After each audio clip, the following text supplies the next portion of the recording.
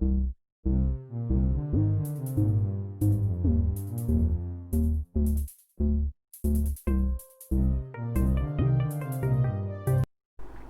Students, welcome to my YouTube channel commerce classes by Vishal sir. आप सभी का मेरे YouTube channel commerce classes by Vishal sir में एक बार फिर से हार्दिक स्वागत है।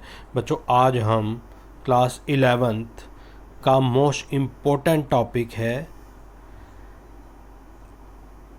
Important document use in formation of a company. जब एक कंपनी बनती है उसके फॉर्मेशन में कौन कौन से इम्पोर्टेंट डॉक्यूमेंट जो प्रमोटर होता है उसको रजिस्ट्रार ऑफ कंपनी के पास जमा कराने पड़ते हैं। इससे पहले मैं एक बात बोलना चाहूँगा, मैंने एक वीडियो बनाई है formation of a company, formation of a company या जॉइंट स्टॉक कंपनी एक ही बात है। एक कंपनी कैसे बनती है, कौन कौन से स्टेप्स फॉलो करने पड़ते हैं कंपनी बनाने के लिए। अगर आपने वो वीडियो नहीं देखी है तो मैं आपसे रिक्वेस्ट करूँगा और मेरी सजेशन भी है कि आप पहले उस वीडियो को देखें, उसके बाद इन जो डॉक्यूमेंट्स हैं इंपॉर्टेंट उनको देखिए, तो आपको सारी बात समझ में आ जाएगी। आज हम बात करेंगे जब एक कंपनी फॉर्मेशन होता है कंपनी का, या जब एक कंपनी बनती है, जब एक कंपनी एग्जिस्टेंस में आती है तो बहुत सारे documents, memorandum of association, article of association, prospectus, statement in lieu of prospectus, बहुत सारे डॉक्यूमेंट कंपनी को जमा कराने पड़ते हैं रजिस्ट्रार के पास। ये वीडियो उससे ही रिलेटेड है। आज हम दो टॉपिक की बात करेंगे, memorandum of association and article of association, और ये प्रोस्पेक्टस और स्टेटमेंट इन ल्यू प्रोस्पेक्टस का नेक्स्ट वीडियो में मैंने आपको डिटेल से बताया है। अब इन सारी वीडियोस को देखिए और जहाँ भी कंपनी लो लगेगा वहाँ ये सारे के सारे टॉपिक मोस्ट इंपॉर्टेंट है, थोड़ा कॉन्सेप्चुअल ही है, इसलिए एक बार या दो बार जरूर इस वीडियो को देखना, आपको अच्छे से क्लियर हो जाएगा। आइए आज हम पढ़ाई की ओर चलते हैं। अब हम पढ़ रहे हैं मेमोरेंडम ऑफ एसोसिएशन, इसको शॉर्टकट में बोला जाता है MOA, मेमोरेंडम ऑफ एसोसिएशन। ठीक है, हिंदी में इसको बोलते हैं पार्षद सीमा नियम। कभी टाइम लगेगा तो मैं हिंदी में वाले बच्चों के लिए भी इस पर वीडियो जरूर बनाऊंगा। अभी फिलहाल आप देखिए, ध्यान से समझिए, बहुत इंपॉर्टेंट है और कंपनी लॉ में तो मोस्ट इंपॉर्टेंट है। कंपनी का मोस्ट इंपॉर्टेंट डॉक्यूमेंट है, क्या होता है, कैसे होता है, सब पढ़ते हैं, ध्यान से देखिए। सबसे पहले बात आती है what is memorandum of association या MOA। मेमोरेंडम ऑफ एसोसिएशन क्या होता है, पढ़ते हैं। Memorandum of association is the most important document of a company. किसी भी कंपनी का सबसे ज़्यादा इंपॉर्टेंट डॉक्यूमेंट MOA, शॉर्टकट में यही बोलेंगे, मेमोरेंडम ऑफ एसोसिएशन होता है। It sets the objects for which the company is formed. ये बताता है किस उद्देश्य के लिए कंपनी बनी है, इसमें बताया जाता है। It contains the right, privilege and powers of the company. Company के क्या पूर्वाधिकार हैं, कंपनी के क्या राइट्स हैं, कंपनी की पावर्स क्या हैं, ये सब इसमें बारे में इसमें बताया जाता है।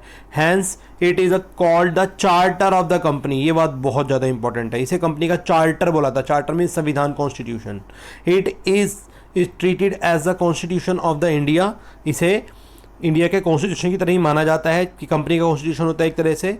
It determines the relationship between the company and the outsider. जो भी कंपनी है, कंपनी और जो आउटसाइडर उनके बीच में रिलेशनशिप को बताता है ये। The whole business of the company is built up according to the memorandum of association. तो ये यहाँ से यहाँ तक की सारी बात बहुत इंपॉर्टेंट थी। अब आगे बेशक आप पढ़ लें, समझ लें, अच्छी बात है।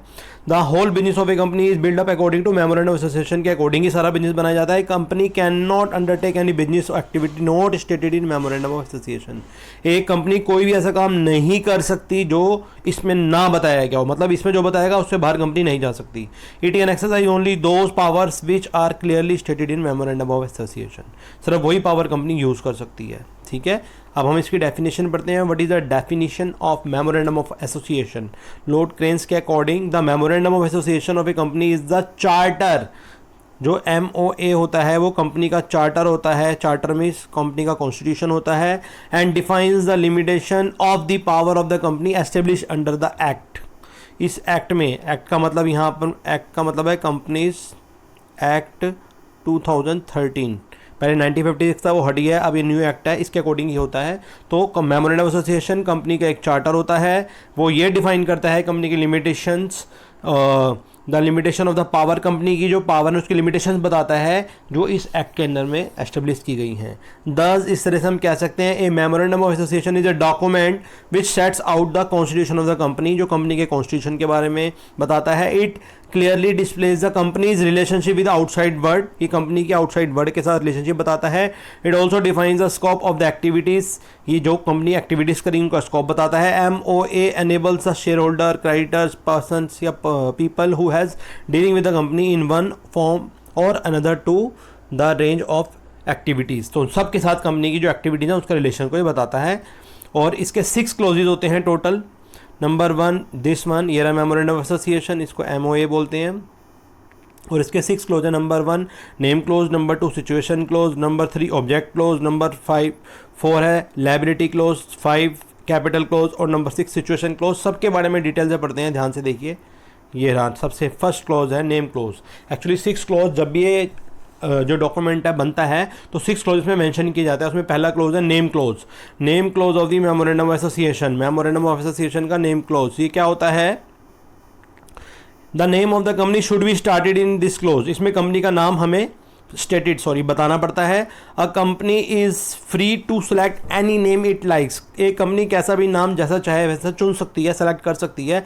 बट लेकिन एक बात ध्यान रखनी है, the name should not be identical और similar to that of the company already registered, ऐसा नाम नहीं होना चाहिए जो पहले से रजिस्टर्ड कंपनी उस तरह का नाम नहीं होना चाहिए। It should not also use the word of king, queen, emperor, government bodies and names of the world bodies like UNO, WHO, world bank, इस तरह के कंपनी नाम यूज नहीं कर सकती। ये बहुत इंपॉर्टेंट बात है, ठीक है।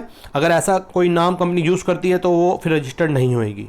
If it is a public limited company, अगर एक पब्लिक लिमिटेड कंपनी है, मैंने एक पब्लिक लिमिटेड कंपनी और प्राइवेट लिमिटेड कंपनी या पब्लिक या प्राइवेट कंपनी में डिफरेंस बताया और इस पर वीडियो बनाई है। अगर आपने वो नहीं देखी है मैं आई बटन में दे दूंगा या एंड में दे दूंगा, उसको आप जरूर देखना, मोस्ट इंपॉर्टेंट था।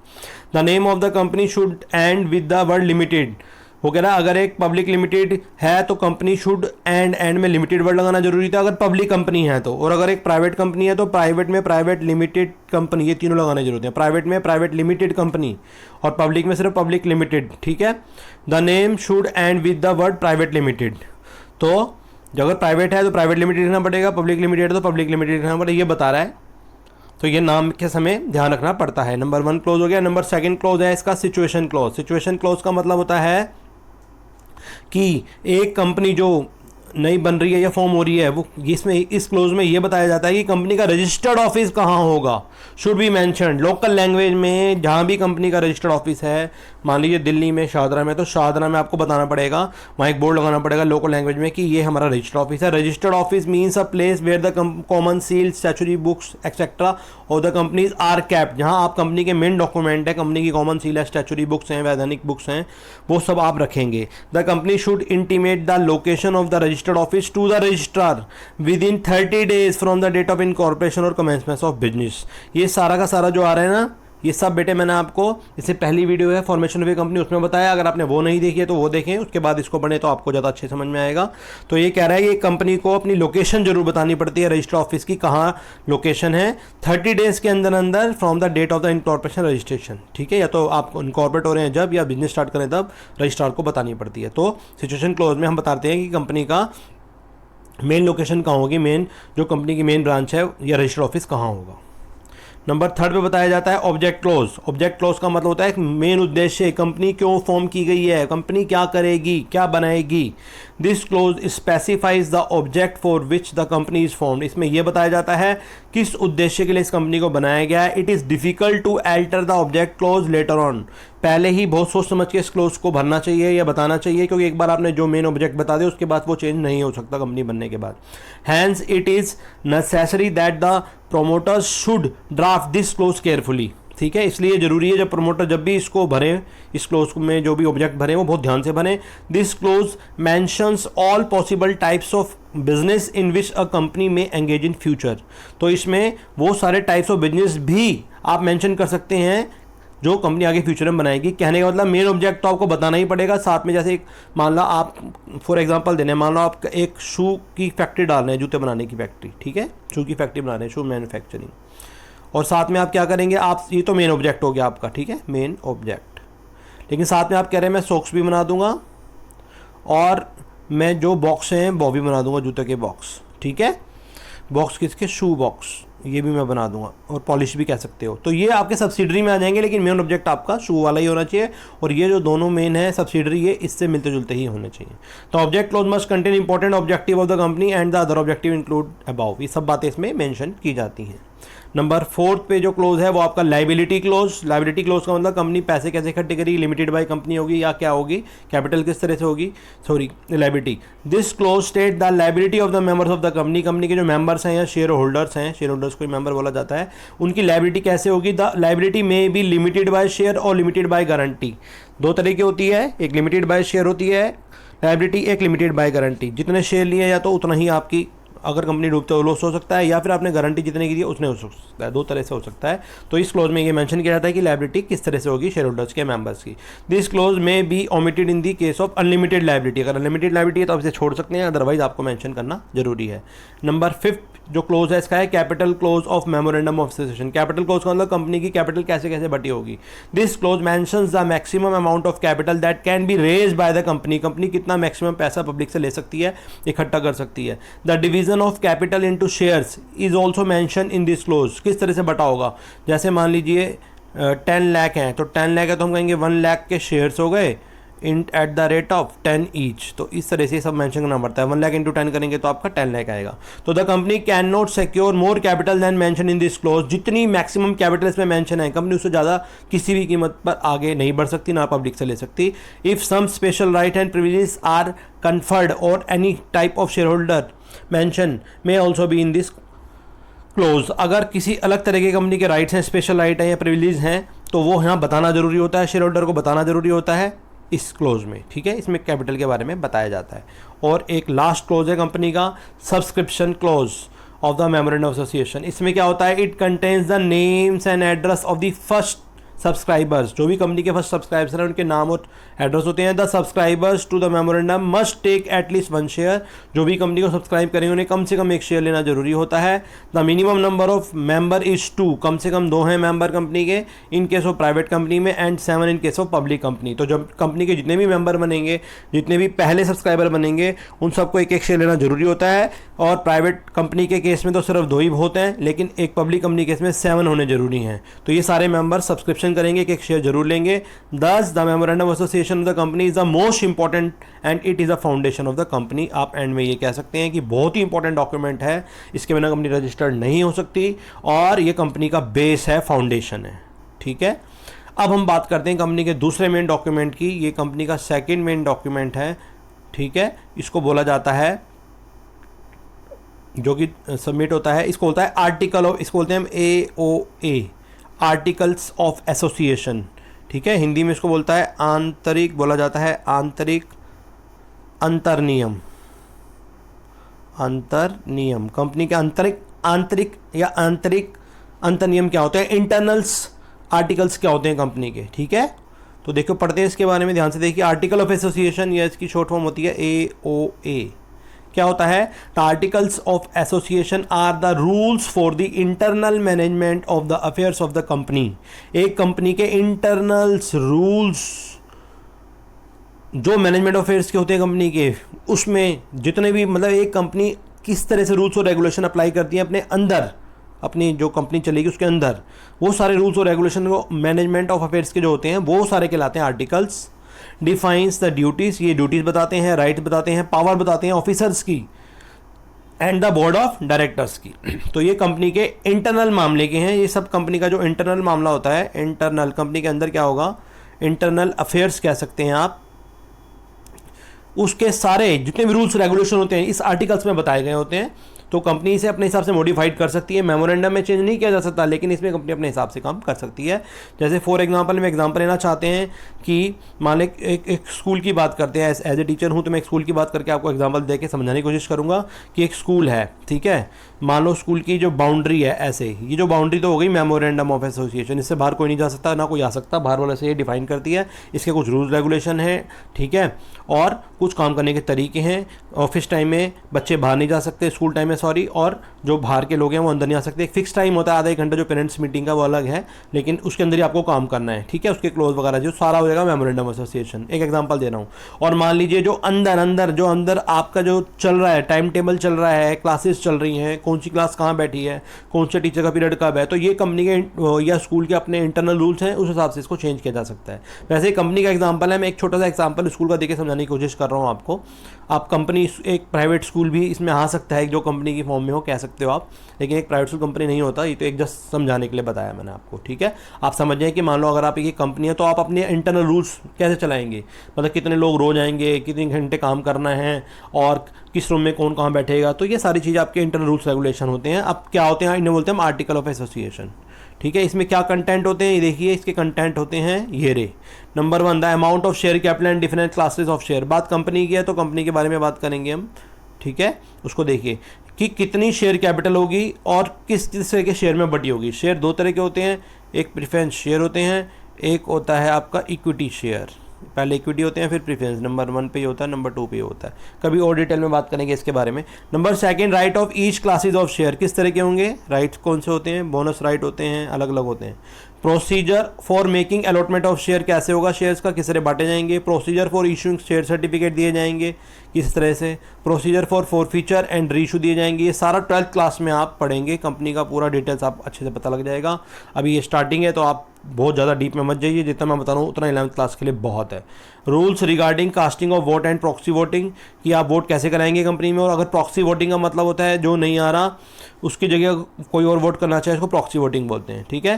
तो ये बोलता है आपका, या फिर ये कह सकते हैं procedure for selection and removal of director, किस तरह से डायरेक्टर को सिलेक्ट करेंगे, किस तरह से हटाएंगे, सब मेंशन होता है इसमें। डिविडेंड डिक्लेरेशन कैसे होगा, पेमेंट रिलेटेड रूल्स क्या होंगे। प्रोसीजर फॉर कैपिटल एडजस्टमेंट, री एडजस्टमेंट क्या होता है, और procedure regarding winding up of the company. जब एक कंपनी खत्म होती है तो वर्ड यूज होता है ये वाइंडिंग अप, ठीक है। जबकि एक पार्टनरशिप फर्म खत्म होती है उसके लिए वर्ड यूज होता है डिसोल्यूशन। तो ये सारे रूल्स एंड रेगुलेशन कंपनी के जो अंदर अपने हिसाब से इंटरनल अफेयर्स ऑफ मैनेजमेंट चलाएंगे, वो सारे इसमें मेंशन होते हैं। ये इसका कंटेंट होता है, ठीक है। तो मेमोरेंडम में 6 क्लोज होते हैं, आर्टिकल में सारी इंटरनल रूल्स एंड रेगुलेशन जो भी कंपनी चलाती है वो सब इसमें मेंशन होता है। अब मोस्ट इंपॉर्टेंट टॉपिक आ रहा है इसका कि दोनों में डिफरेंस क्या होता है, क्या डिफरेंस है, मेन डिफरेंस मोस्ट इंपॉर्टेंट है। 11th क्लास में 5 से या 6 नंबर का बड़ा क्वेश्चन तो जरूर आता ही आता है इस पर। आगे CPT CA लेवल पे भी मोस्ट इंपॉर्टेंट टॉपिक है। तो ये पहला है मेमोरेंडम ऑफ एसोसिएशन, ये पढ़ रहे हैं। दूसरा है आर्टिकल ऑफ एसोसिएशन, ये पढ़ रहे हैं। देखिए दोनों में क्या डिफरेंस होता है, दोनों का मीनिंग आपको समझ में आ गया होगा।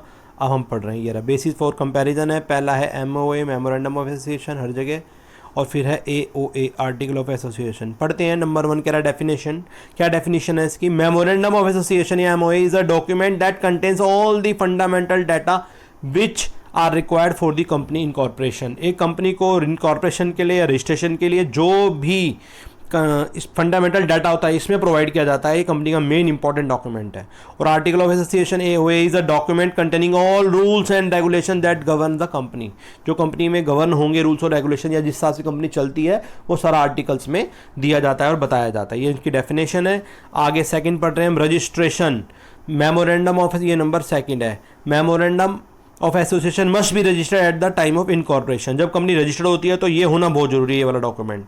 आर्टिकल्स हो भी सकते हैं और नहीं भी हो सकते हैं, कोई जरूरी नहीं है, डिपेंड करता है रजिस्ट्रेशन के समय। नंबर 3 पे हम पढ़ रहे हैं स्कोप, ठीक है। क्या है scope, the memorandum is charter, company का चार्टर है, संविधान है, which characterize and limits powers and constants of the organization. Company की पावर्स बताता है और क्या रेस्ट्रिक्शंस है ये बताता है। ये बहुत इंपॉर्टेंट डॉक्यूमेंट, कंपनी का चार्टर बोला जाता है इसको। और जबकि article demonstrate obligations, right, powers individuals who are endowed with the responsibility of running the organisation and administration. तो आपके अंदर कैसे राइट्स हैं, रूल्स हैं, रेगुलेशन है, ऑब्लिगेशंस हैं, पावर्स हैं, ये सब बातें इंडिविजुअल की बताई जाती है आर्टिकल एसोसिएशन में, ठीक है, जो कंपनी को चलाने में हेल्प करती हैं।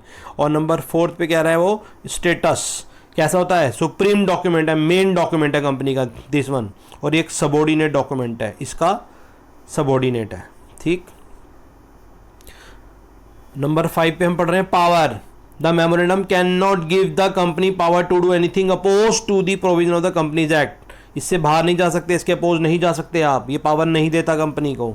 जबकि articles are constant by the act but they also be subsidiary to the memorandum and can not exceed the power of constant has हाउल तो इसमें भी नहीं सकता, लेकिन इसकी हेल्प के लिए बनाए जाते हैं। नंबर 6 कंटेंट, अ मेमोरेंडम मस्ट कंटेंट 6 क्लॉजेज, जो हमने सारे पढ़ लिए हैं, 6 क्लॉज होते हैं इसके, वो 6 के 6 क्लॉज पीछे पढ़ चुके हैं, ये सारे इसमें आते हैं। Articles can be drafted according to the decision of the company, company अपने हिसाब से डिफाइन कर सकती है अपने आर्टिकल्स, ठीक है। और फिर है ऑब्जेक्टिव, नंबर 7 पे पढ़ रहे हैं ऑब्जेक्टिव। क्या ऑब्जेक्टिव होते हैं? The memorandum contains the objective and the powers of the company, जो मेमोरेंडम है कंपनी के ऑब्जेक्टिव और पावर को बताते हैं, कंटेन करते हैं, ठीक है। कंपनी का मेन ऑब्जेक्ट क्या है इस मेमोरेंडम बताया जाएगा। Article provide the regulation which by which those objective and power to be conveyed into impact, किस तरह से इसे प्रभाव में लाया जाएगा ये आर्टिकल बताएंगे, लेकिन कंपनी के ऑब्जेक्टिव क्या होंगे मेमोरेंडम एसोसिएशन बताता है। और validity, the memorandum is dominant instrument and the controls articles, ये मेन डॉक्यूमेंट है, इसको ही फॉलो करना पड़ता है, डोमिनेंट इंस्ट्रूमेंट बोला गया है इसको, ठीक है, और कंट्रोल करता है सबको, आर्टिकल्स को कंट्रोल यही करता है।